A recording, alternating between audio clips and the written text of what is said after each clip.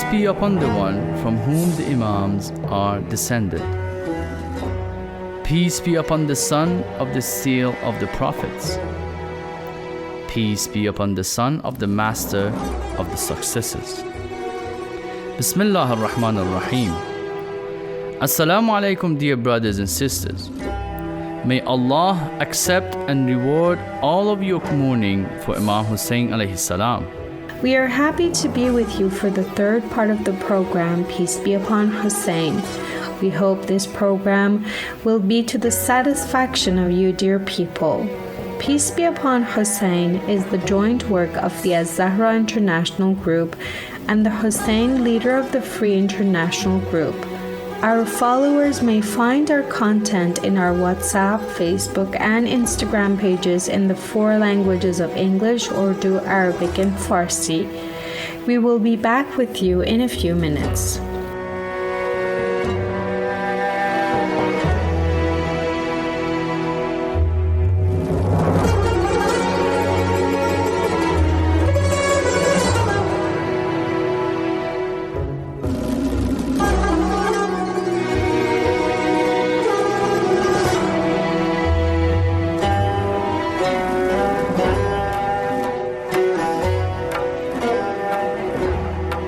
You may have played the game known as telephone or Chinese whispers when you were a child.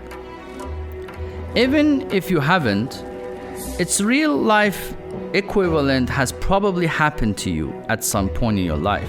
You have said something to person A, who has recounted to person B, who has in return shared it with person C. Then person C comes to you and says person B told them that you said this and that. But what he is relating is totally different from what you said. In such cases, you usually tell them that this person has changed what you said.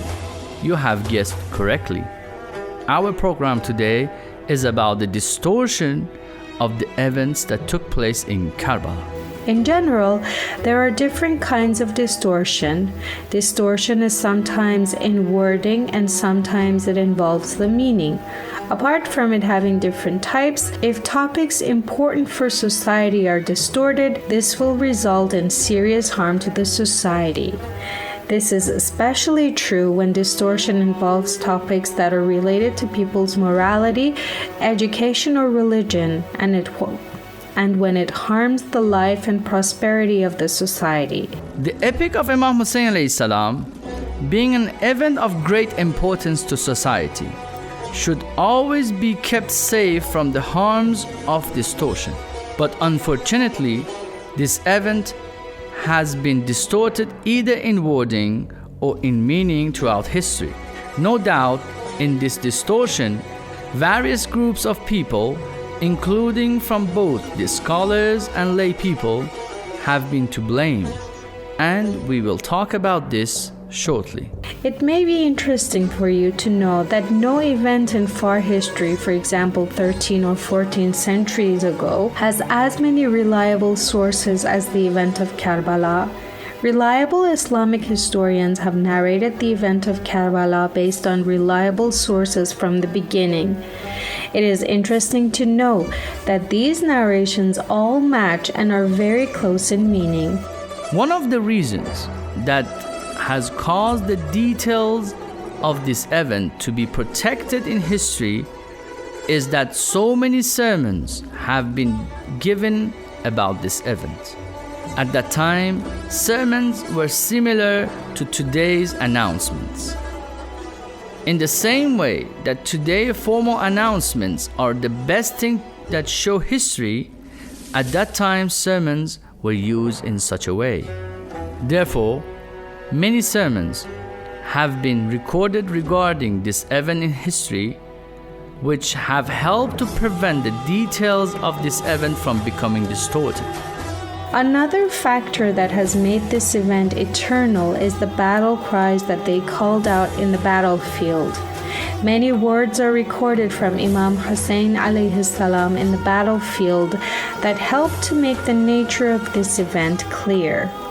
The third factor that helped for the event of Karbala to be recorded were the letters that people sent to each other before and after the event of Karbala. There was the letter of Imam to Muawiyah, the letters of the Imam and the people of Basra, the letters of the enemies to each other, and the rest of the letters, the texts of which all have been recorded in history. Thus, what happened in Karbala is clear and is a source of pride.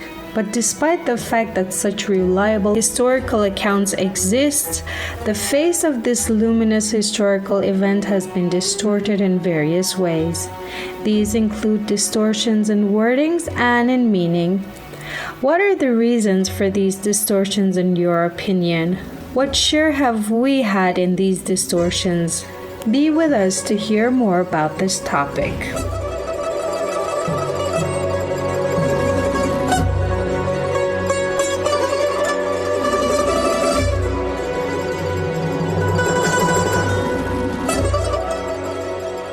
Well, my dear brothers and sisters, so far we have said that distortions have been made in the event of Ashura, both in wording and in meaning. These distortions have caused this great event in history and this great educational source to become ineffective or less effective for us. And probably, in some cases, they have caused it to have the opposite of the effect that it should have had. It is everyone's duty to purify this sacred documentation from the distortions that have polluted it. Therefore, in the continuation of this program, we will discuss the reasons for this distortion. In general, there are two categories of reasons for distortion. The first are the factors that distort history in general and are not specific to the events of Karbala. For example, the enemy's intentions have always been a reason for an event to be distorted. The enemies have always made changes and distortions in history, or they have provided inaccurate interpretations of history in order to achieve their goals and do what they want. There are many examples of this reason, which we don't want to discuss now. It is enough to know that this reason existed in the event of Karbala too. In the same way that is common everywhere for enemies to accuse sacred movements of being corrupt, disruptive, and divisive, this has happened with regard to the event of Karbala too. Many times the enemies have tried to distort the movement of Husain alayhi salam and to give it such an appearance. The second reason is a reason which all of us may be part of. We may have not paid much attention to this reason, and we may have done it unconsciously. Let's talk about this reason in the next program. We are thankful for your being with us up until now. I will entrust you to Allah subhanahu wa ta'ala until our next opportunity to be together. Until then, wassalamu alaikum wa rahmatullahi wa barakatuh.